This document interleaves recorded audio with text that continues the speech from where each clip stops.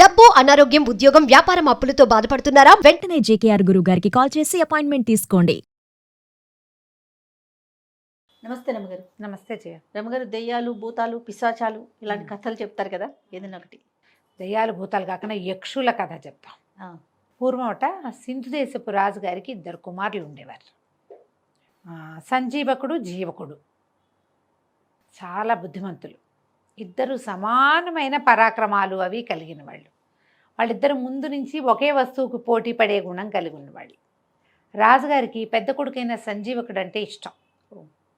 అతను బాగా యుద్ధ విద్యలు నేర్చినవాడు, సమర్థుడు, తెలివైనవాడు. జీవకుడు కూడా మంచివాడే. ఇతనికి యుద్ధ విద్యలు అవి వచ్చు. కానీ సంజీవకుడు అంత బ్రైట్ కాదు బహుశా. కానీ జీవకుడు చాలా సమయస్ఫూర్తి అవి కలిగినవాడు, తెలివిగా ఉండేవాడు. పెద్ద అబ్బాయి కంటే చిన్న అబ్బాయి తెలివైనవాడు, పెద్ద అబ్బాయి బలశాలి. అయితే వీళ్ళిద్దరిలో రాజుగారికి పెద్ద అబ్బాయి అంటే ఇష్టం. తన తర్వాత రాజ్యానికి వస్తాడని, బాగా యుద్ధ విద్యలు అవి తొందరగా నేర్చుకున్నాడని, అలా కొంచెం ఒక పెద్ద పిల్లల మీద ప్రీతులు కనపడుతూ ఉంటాయి. అవునండి. వీళ్ళకు ప్రధానమంత్రి గారు ఒక ఆయన ఉన్నాడు. ప్రధానమంత్రి గారికి వాసంతిక అని ఒక కూతురు ఉంది. ఈ అబ్బాయిలు ఇద్దరు వెంటనే 1 సంవత్సరం గ్యాప్తో పుట్టిన వాళ్ళు. వాసంతిక వీళ్ళకంటే కొద్దిగానే చిన్నది, కానీ చిన్నప్పటి నుంచి కలిసి ఉన్నారు. ఈ 2 అబ్బాయిలకి వాసంతికని పెళ్లి చేసుకోవాలని ఉంది. రాజుగారు తేల్చుకోలేకపోయారు, మంత్రి గారు తేల్చుకోలేకపోయారు. ఏమన్నారు, మీలో ఎవరో ఒకళ్ళు ఊరుకుంటే రెండో వాళ్ళకి అమ్మాయి నుంచి పెళ్లి చేస్తానన్నాడు. వాళ్ళిద్దరూ తగ్గేదేలే అన్నారు. తగ్గల. అయితే ఏమైంది, సరే పట్టాభిషేకం చేసే సమయం దగ్గరకు వస్తుంది, వివాహం కావాలి. వివాహానికి ఒక పోటీ పెడదాం అనుకున్నారు. ఏం పెడదాం పోటీ? సరే ఏమన్నారు, కోట గోడెక్కి రాజకుమారులు ఇద్దరు చెరుకో బాణము వేయాలి. ఎవరి బాణం ఎక్కువ దూరం పోయిందో వాళ్ళకి వాసంతికనిచ్చి వివాహం చేస్తారు, పట్టాభిషేకం చేసేస్తారు. సరే అబ్బాయిలు ఇద్దరు బాణం వేశారు. కోట గోడ దాటి రాజవీధులు దాటి పడింది సంజీవకుడి బాణం. యువరాజు బాణం దొరికింది, ఇక్కడ దొరికింది అన్నారు. దూరంగా కనపడింది. జీవకుడు వేసిన బాణం అసలు కనపడలా. అది ఎక్కడికి వెళ్ళిపోయిందో మరి. వెళ్ళిపోయింది కాబట్టి అది దూరం వెళ్ళింది అనుకోవడానికి వీల్లేదు. అది ఎక్కడో పడిపోయింది, కనపడలా. కాబట్టి పోటీ విరమించేసినట్టు, సంజీవకుడే గెలిచినట్టు ప్రకటించేశారు. వాసంతికనిచ్చి వివాహం, పట్టాభిషేకం. ఈ పెళ్ళి పట్టాభిషేకం సందట్లో జీవకుడిని ఎవ్వరూ పట్టించుకోవాలి. ఈ జీవకుడికి ఆశ్చర్యం వేసింది. అన్నయ్య డెఫినెట్గా నాకంటే బాగా వేస్తాడు, నాకు తెలుసు. కానీ నాది కూడా ముందో వెనకో ఎక్కడో పడి ఉండాలిగా బాణం, ఎందుకు కనపడలేదు అది అని చెప్పి వీళ్ళంతా పట్టాభిషేకం హడావిళ్లలో ఉంటే అతను తను బాణం వేసిన దిక్కుగా నడిచి వెళ్ళాడు. ఎంతో దూరం వెళ్ళిపోయాడు. కనీసం ఒక 70 ఆమడలు నడిచాక ఒక కొండ వచ్చింది. అక్కడ ఇతనికి తన బాణం దొరికింది. ఆశ్చర్యపోయాడు. ఏమిటి ఇంత దూరమా, నాకు అంతుందా? లేదే. కానీ ఇతను ఒకటి ఏం గమనించాడు, ఇప్పుడు ఇతను మనం ఇటు నుంచి బాణం వేసామనుకో, మూలిక ఎటు వెళ్తుంది, మూలిక ఎక్కడ ఉండాలి, అటు ఉండాలి అంతే కదా. ఆ మూలుకు ఇడు తిరుగుంది. ఎవరైనా చేత్తో పుచ్చుకొచ్చి పడేశారా ఇక్కడ? ఎట్లా వచ్చింది ఇది ఇక్కడికి? వస్తే వచ్చింది, ఇటుందేంటి మూలుకు? పోనీ నేనే వేశానంటే అటు ఉండాలిగా. అలాగని ఆలోచిస్తూ ఇతను ఆ బాణాన్ని చేత్తో పుచ్చుకుని ఆ కొండకి దగ్గరగా వెళ్ళేసరికల్లా అతనికి ఆ కొండలో ఒక తలుపు కనపడింది. కొండకి తలుపు ఉంటుందా ఎక్కడైనా? ఆశ్చర్యపోయాడు. ఏంటిది ఇట్లా తలుపు? ఆ కొండ అప్పుడు ఇంకా దగ్గరికి వెళ్ళేసరికి కొండ ఇట్లా విచ్చుకుంటున్నట్టు తెలిసింది. ఆ మధ్యలో ఉంది ఆ తలుపు. అతను ఆ తలుపుని తోసాడు. తోస్తే లోపల ఒక మహానగరం ఉంది. ఎంత పెద్దదో, ఎన్ని తోటలు ఉన్నాయో, ఇల్లు, వాకిళ్ళు, మేడలు, దగదగాయమానంగా మెరిసిపోతున్న గోపురాలు, శిఖరాలు ఎంత బాగున్నాయో. అందరూ మనుషులు భలే ఉన్నారు. వాళ్ళు ఎవరు మనుషుల్లాగా లేరు, యక్షుల్లాగా ఉన్నారు. చాలా ఆశ్చర్యపోయాడు ఇతను. ఆ బాణం పుచ్చుకుని వెళ్తుంటే అతనికి ఒక సౌందర్యవతి అయిన యక్ష రాజకుమార్తె కనపడింది. అడిగాడు, మీరెవరు? మా రాజ్యానికి ఇంత దగ్గరలో ఇంత కొండ ఉందేమిటి, ఈ కొండలో ఇంత నగరం ఉండటం ఏమిటి, మాకెప్పుడూ తెలీదే ఇక్కడ యక్షులు ఉన్నారని అనేసరికి ఆవిడ నవ్వింది. ఆవిడ పేరు సరసీరుహలోచన. ఆమె పేరా? ఆవిడ సరసీరుహ. అమ్మాయి ఏమందంటే, మేము ఎప్పుడు ఇక్కడే ఉన్నాం, నిన్ను చిన్నప్పటి నుంచి చూస్తున్నా నేను, చాలా చిన్నతనం నుంచి. నీ సమయస్ఫూర్తి, నీ తెలివితేటలు, నీ విధానం నాకు మొదటి నుంచి నచ్చినాయి. నీకు వాసంతిక తగిన భార్య కాదు. సంజీవకుడే ఆ అమ్మాయిని పెళ్లి చేసుకుంటాడని నేనే నీ బాణాన్ని తెచ్చేశా. ఓహో. చిన్నప్పటి నుంచి నిన్ను గమనిస్తున్నాను నేనంటే ఇతను ఆశ్చర్యపోయాడు. నువ్వు యక్షకన్యకవు కదా, నన్ను ఎందుకు చూస్తున్నావు నువ్వు అంటే, నాకు నువ్వు నచ్చావు, మాకు కావాల్సిన వాళ్ళని మేము పెళ్లి చేసుకోవచ్చు, మా నాన్న మా వాళ్ళు ఏం కాదనరు అని నువ్వు నాతోటే ఉండిపోమంది. ఈ అమ్మాయిని చూస్తే వాసంతికి ఎందుకు పనికిరాదు దీని ముందు. ఈ సరసేరు హాయ్ అమ్మాయి ఏమో ఇది కదా, మరి యక్షిణి కదా, ఆ యక్షలోకంలోనే ఉండిపోయాడు. వాళ్ళు ఈ అబ్బాయిని చాలా చేశారు, గౌరవించారు, మర్యాద చేశారు, బోల్డన్ని అతిథి మర్యాదలు చేశారు, ఫుడ్స్ రకరకాలు. అక్కడ ఉన్నవి ఏమిటి, ఆ నగలు ఏమిటి, ఆ నాణ్యాలు ఏమిటి, ఆ కిరీటాలు ఏమిటి, ఆ స్నానాలు ఏమిటి, ఆ స్నానం చేయించే విధానం ఏమిటి, ఆ ఈత కొలనులు ఏమిటి, అబ్బో అసలు చెప్పలేమన్నమాట. దాన్ని ఆ నగర సౌందర్యము, ఆ పట్టణం ఇది మామూలుగా లేదు. ఎన్నాళ్ళో ఉండిపోయాడు. ఆ అమ్మాయినిచ్చి పెళ్లి చేసేశారు ఈ సరసిరుహని ఇతనికి, ఈ జీవకుడికి. జామని ఉన్నారు. ఒక 2 నెలలు అయ్యాక ఇతనికి కొత్త ఈ హడావిడి అన్నీ తగ్గిపోయి అంతా అలవాటు అయ్యాక నాన్న అన్నయ్య గుర్తు రావటం మొదలుపెట్టారు. ఏమిటో ఇన్నాళ్ళు అయింది, వాళ్ళు నా గురించి ఏమనుకుంటున్నారు, పట్టాభిషేకం చేసుకున్నానని వెళ్ళిపోయాను అనుకున్నారో ఏమిటో. ఒక్కసారి వెళ్ళి నాన్నని చూద్దాం, అన్నయ్యని చూద్దాం, వాసంతికి ఎట్లా ఉందో, రాజ్యం ఎట్లా ఉందో, అమ్మ ఎట్లా ఉంది, ఏ ఊహలు వచ్చినాయి. కొంచెం దిగులు పడ్డాడు.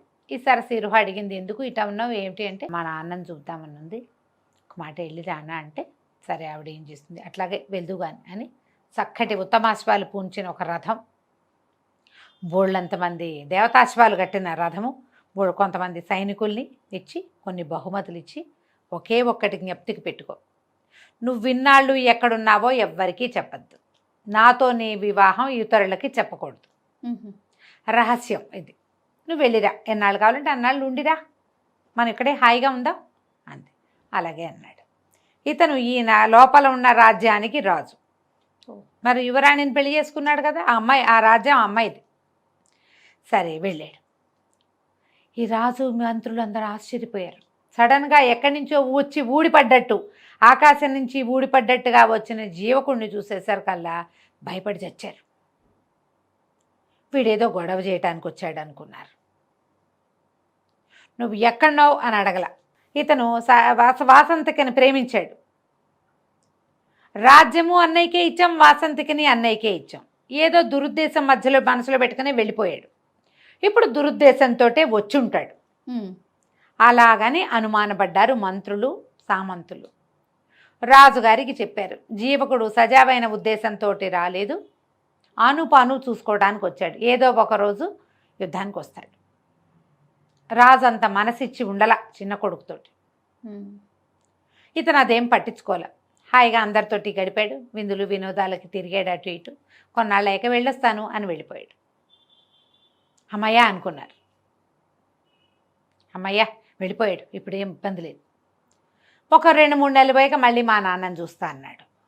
అనేసరికల్లా మళ్ళీ సరసిరుహ ఈసారి ఇంకా పెద్ద రథం, ఇంకో 50 మంది సైనికులు, ఇంకో 25 మంది బానిసలు, అదే ఆ స్త్రీలు వెనకాల పనిచేసేవాళ్ళు అందరినీ ఇచ్చి పంపించింది.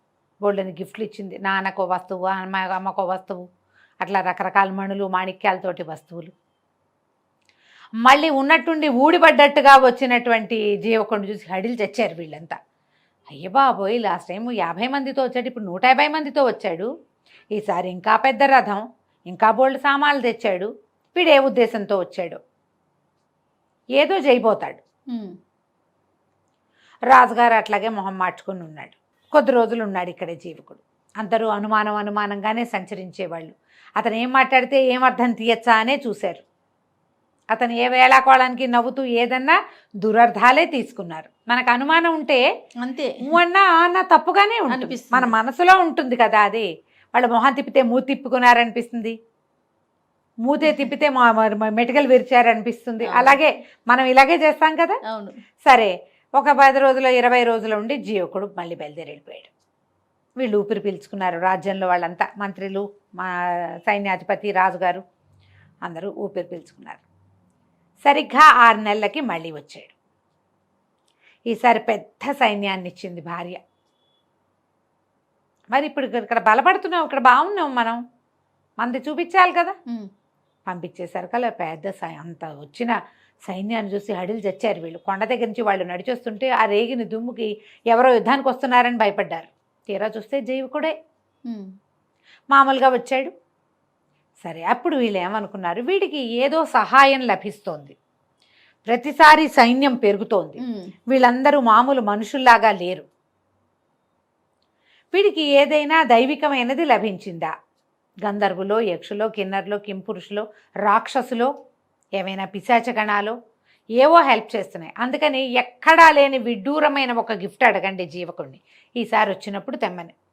తెచ్చాడా, యక్షులతో ఎవరితో సహాయం లభించినట్టే వీడికి అనేసరికల్లా సరే ఏం చేశాడు తండ్రి, బాగా ఆలోచించి మంత్రిని అడిగాడు సలహా. ఏం అడగమంటావంటే, ఎక్కడికైనా వెళ్ళినప్పుడు, వేటకి వెళ్ళినప్పుడు సైన్యం అంతా తలదాచుకునేందుకు ఒక డేరా, ఒక గొడుగు కావాలి. ఆ గొడుగు అరిచేతిలోనే పట్టాలి. అలాంటి గిఫ్ట్ ఏదైనా పట్టుకురమ్మని. జీవకుడికి అర్థం కాదు. తండ్రి అడిగాడు కదా, తీసుకుపోయి భార్యకి చెప్పాడు. మా నాన్న ఆయనకి పెద్ద డేరాలాగా ఉండే గొడుగు కావాలట, అది అరిచేతిలోనే పట్టాలట, విప్పితే పెద్దది కావాలట, వేటకి వెళ్ళినప్పుడు, యుద్ధానికి వెళ్ళినప్పుడు, గట్టు మీద నుంచినప్పుడు ఇట్లా గొడుగులాగా ఉండాలి, కానీ అది మళ్ళీ పెద్దదిగా ఉండకూడదంటే అలాగే ఎంతలోకి అలాగే ఇద్దాం ఈసారి అంది. మళ్ళా 3 నెలలకు వెళ్ళాడు. ఈసారి అరిచేతిలో పట్టే ఒక గొడుగు తెచ్చిచ్చాడు నాన్నకి. ఆ గొడుగు విప్పితే విప్పితే విప్పితే విప్పితే ఒక క్రోసెడ్ మేర అయింది అది. మళ్ళీ అదంతా మడితే అరిచేతిలోకి వచ్చేసింది. ఓహో, కాంతపోయారు జనం. అయ్యో బాబోయ్, ఇంకేమైనా ఉందా, వీడికి యక్షులదే సహాయం లభించింది, ఏదడితే అది చేసేస్తున్నాడు. వీడు అడిగితే చేసేస్తున్నాడు, రేపొద్దున ఉట్టుడియంగా వచ్చి పడిపోతాడు, రాజ్యం లాగేసుకుంటాడు. వాళ్ళు ఎందుకు ఊరుకుంటారు యక్షులు? వీడి తండ్రి అడిగినట్టు తెచ్చిచ్చేసాడు. అప్పుడు ఏమన్నారు, ఒక బలశాలైన వాడొకడు పక్కన రక్షణగా ఉండటానికి, యుద్ధంలో సహాయం చేయటానికి, ఎంతమందినైనా ఎడం చేత్తో కూల్చేయగలిగిన ఒక బలశాలని తీసుకురమ్మని అడగమన్నారు. అడగమనేసరికల్లా జీవకుడు సరేనన్నాడు. ఏముంది, 6 నెలలకి 3 నెలలకి నాన్నని చూడ్డానికి వస్తున్నా, ఆయన ఏదైనా అడిగితే యక్షిని మన భార్య ఇస్తుంది అనుకున్నాడు. వెళ్ళి అడిగాడు. సరసిరుహంది, ఇది మంచిది అడగలా మీ నాన్న, ఇది మంచిది కాదు, ఇది సమస్యలకు దారితీస్తుంది. కానీ మా నాన్న అడిగాడు కదంటే, అలాంటి మనిషి ఉన్నాడు, మా అన్నయ్యే, కానీ అతను ఉద్రేకి, అతనితో పని ఎలా అవుతుందో మనకు తెలియదు, మీ నాన్న అడిగాడు కాబట్టి పంపిద్దాం అని చెప్పి జీవకుడు ఇక్కడే ఉన్నాడు. ఈ సరసిరుహ వాళ్ళ అన్నయ్య ఒక మహాయక్షుడిని ఒకడిని పంపించారు. అతను నడిచొస్తుంటే ఈ లోపల ఏమైంది, ఈ మనిషిని పంపడానికి ముందు ఒక వెనకాల ఒక గూఢచారిని పంపించారు. వీళ్ళు ఎక్కడికి వెళ్ళారో వెళ్తున్నారో చూడమని. సైన్యం అంతా వచ్చింది కదా ఇతంతో, ఈ గుంపంతా ఎక్కడికి పోతున్నారో చూడమంటే కొండ దాకా వెళ్ళి మాయమైపోయారని చెప్పాడు వాడు. కొండలో తలుపు ఉంది, జీవకుడు చూశాడు. కాకపోతే సరసిరుహకి ఒక పద్ధతి ఉంది, ఆ అమ్మాయి ఎవరికి అది చూపించదలుచుకుంటే వాళ్ళకే ఆ తలుపు కనపడుతుంది. జీవకుడికి చూపించదలుచుకుంది కాబట్టి చూపించింది, సైనికుడికి చూపించదలుచుకోవాలి, వాడు ఎవడో ఆవిడకి తెలియదు, జీవకుడు వస్తున్నాడని తలుపు చూపించింది. ఇక్కడ ఆవిడ ఆసక్తి లేక, ఆవిడకి తెలియక ఈ తలుపు వాడికి కనపడలా. వాళ్ళు ఆ తలుపులోకి వెళ్ళటాన్ని వాడు మాయమైపోవటంగా భావించాడు. అంటే గ్యారంటీగా యక్షులదే సహాయం. ఎప్పుడో ఒకరోజు రాజ్యాన్ని కబళించేస్తాడు జీవకుడు. యక్షులు వచ్చి మన రాజ్యంలో పేటేసుకుంటారని నమ్మారు వాళ్ళు. అందుకని ఈ మహాకాయుడిని అడిగారు. ఈ మహాకాయుడిని వీళ్ళు పంపించారు. అతను భూమి అదిరేలాగా అడుగులు వేస్తూ దాదాపుగా ఒక 14 అడుగుల ఎత్తు, ఆ ఎత్తుకు తగిన లావు, ఓ 15 మంది 20 మంది బలాఢ్యులైన వాళ్ళు మాత్రమే ఎత్తగలిగిన ఒక పెద్ద గదని భుజం మీద వేసుకుని వెళ్ళాడు. భూమి ఎదిరిపోయేలాగా అడుగులు వేసుకుంటూ రాజుగారు ఎదురుకుండా నుంచినసరికి ఈ వెళ్తూ ఉంటేనే జనాలు హడిలిపోయి, కొంతమంది కళ్ళు తిరిగి పడిపోయి, కొంతమంది వాంతులు చేసేసుకుని గందరగోళ పడిపోతున్నారు రాజ్యంలో అంతా. అతను నడుస్తుంటే భూమి అదిరిపోతుంది. 12 అడుగులు వాడు నడిస్తే అటాగే ఉంటుంది కదా. మరి వెళ్ళి పెద్ద ఉరుము లాంటి గొంతుతో ఆజ్ఞాపించండి, ఏం చేయమంటారు అనగానే రాజు వణికిపోయాడు. నోట్లోంచి మాట రాలా. ఇతనికి ఏం చెప్పారు, వాళ్ళు అడిగింది చేయమని చెప్పారు, ఏమి అడగటల్లా వాళ్ళు వణికిపోతున్నారు. ఒళ్ళు మండిపోయింది మహాకాయుడికి. ఒళ్ళు మండటం ఏమిటి, అక్కడి నుంచి చేతిలో ఉన్న గద రెండో చేత్తో మార్చుకొని రాజుగారి నెత్తి మీద ఏమి ఆజ్ఞాపించడం ఏమిటి అని ఒక మొట్టికాయ ముట్టాడు. కుప్పకూలిపోయాడు రాజు, నేల కతుక్కుపోయాడు. అంతే. ఇహ ఒకటే దెబ్బ. అది ఆయన పెద్ద సభ తీర్చున్నాడుగా, సభలో వాళ్ళంతా హాహాకారాలు చేయగానే ఏమిటి మీ గోల అని గదబెట్టి ఇట అన్నాడు. అనగానే మొత్తం అంతా పక్కకి కూలిపోయి మొత్తం జనం అంతా పోయారు. ఎవరు లేరు జనం సభలో. యువతల వెనకాల నుంచి చూస్తున్న వాళ్ళు ఉన్నారు. వాళ్ళంతా కేకలు పెట్టారు, శరణు శరణు శరణు అని అరిచారు. అరిస్తే ఇతను ఏమన్నాడు, ఈ రాజుకు సహాయం చేయమని మా మావమరిదైన జీవకుడు నన్ను ఇక్కడికి పంపించాడు. రాజుకి అడగటమే రాదు, అతను నశించాడు. అతని వెనకాలన్న జనమంతా పోయారు. ఇప్పుడు రాజు లేడు. అరాచకమైన ఈ రాజ్యానికి మా బావమరిదే రాజు. ఆయన వచ్చి రాజ్యాన్ని స్వాధీనం చేసుకుంటాడు. అప్పటి వరకు ఇది జీవకుడి రాజ్యంగానే చలామణి అవ్వాలి అని చెప్పి వెనక్కి తిరిగి వెళ్ళిపోయాడు. జరిగిందంతా విని జీవకుడిని ఎత్తి బాదుకుండా అయ్యో మా నాన్న అని. ఏమై చెప్పింది సరసీరుహ, మీ నాన్న అందుకు పోలేదు, వాళ్ళకి ముందు నుంచి అనుమానమే నువ్వేం చేస్తావు అని. వాళ్ళ అనుమాన పిశాచే వాళ్ళని చంపేసింది. గొడిగడిగా ఉంచుకోవచ్చుగా. నువ్వు 10,000 మంది సైన్యాన్ని తీసుకెళ్ళావు, నీ 10,000 మందిని నా దగ్గర ఉంచమని అడగచ్చుగా మీ నాన్న. నువ్వు ఆ 10,000 మందితో ఏం చేస్తావో అనుకున్నాడు. ఇప్పుడు ఒక బలాఢ్యుడైన మనిషిని అడిగి వాళ్ళ చావు వాళ్లే కొని తెచ్చుకున్నారు. ఇక చేసేదేం లేదు, పద మన రాజ్యానికి వెళ్ళి మనం ఏలుకుందాం అని చెప్పి అయిపోయింది. ఇప్పుడు రాజ్యానికి ఆ రాజుగారికి రెండో పక్కన పెద్ద కొడుకు కోడలు అందరూ కూర్చున్నారు. మొత్తం అంతా పోయారు గుంపంతా, ప్రధానమంత్రితో సహా. వెనక నుంచి ఊళ్ళో నుంచి నడిచొచ్చి ఇతన్ని చూసిన వాళ్ళు మాత్రమే బతికున్నారు, అంటే ప్రజలు ఉన్నారు. సంజీవకుడు సరసీరుహ ఇద్దరు వెళ్ళి ఆ రాజ్యాన్ని వశం చేసుకుని సింధు రాజ్యాన్ని వాళ్ళే హాయిగా పరిపాలించారు. తర్వాత కాలంలో యక్షులు ఆ రాజ్యంలో తిరుగుతూ ఉండేవాళ్ళు. ఎవరినైనా సరే వాళ్ళ అనుమానం భయపెట్టినట్టుగా నిజం భయపెట్టదు. అవును, నిజం సామాన్యంగా ఉంటుంది, అది నిప్పులాంటిదే. దాన్ని హ్యాండిల్ విత్ కేర్ సరిపోతుంది. అనుమానమో బడబాగ్ని, దాన్ని హ్యాండిల్ చేయలేం. ఎందుకంటే నీకు ఏం చేసినా అనుమానంగానే ఉంటుంది, రగులుతూనే ఉంటుంది, ఎప్పుడూ రగులుతూనే ఉంటుంది. నువ్వు అదే నీ దగ్గర చిన్న అగ్ని ఉంది నిజం, దాన్ని ఒక చిన్న ముంతలో పెట్టి కూడా నువ్వు కాపాడచ్చు. కరెక్ట్ అండి కదా, దాన్ని మనం ఏం చేయలేం, అదేం చేయదు మనని, అది మనని కాల్చదు, చక్కగా ఉంటుంది, మనం సంరక్షించాలంతే. అనుమానం ఏంటంటే అటటట పెరిగిపోతూ ఉంటుంది. ఆ పెరిగిపోయేది చివరికి మనం చంపేస్తుంది కదా, కంచికి మనం ఇంటికి. చాలా బాగుంది రమ్మగారు. నమస్తే. నమస్తే.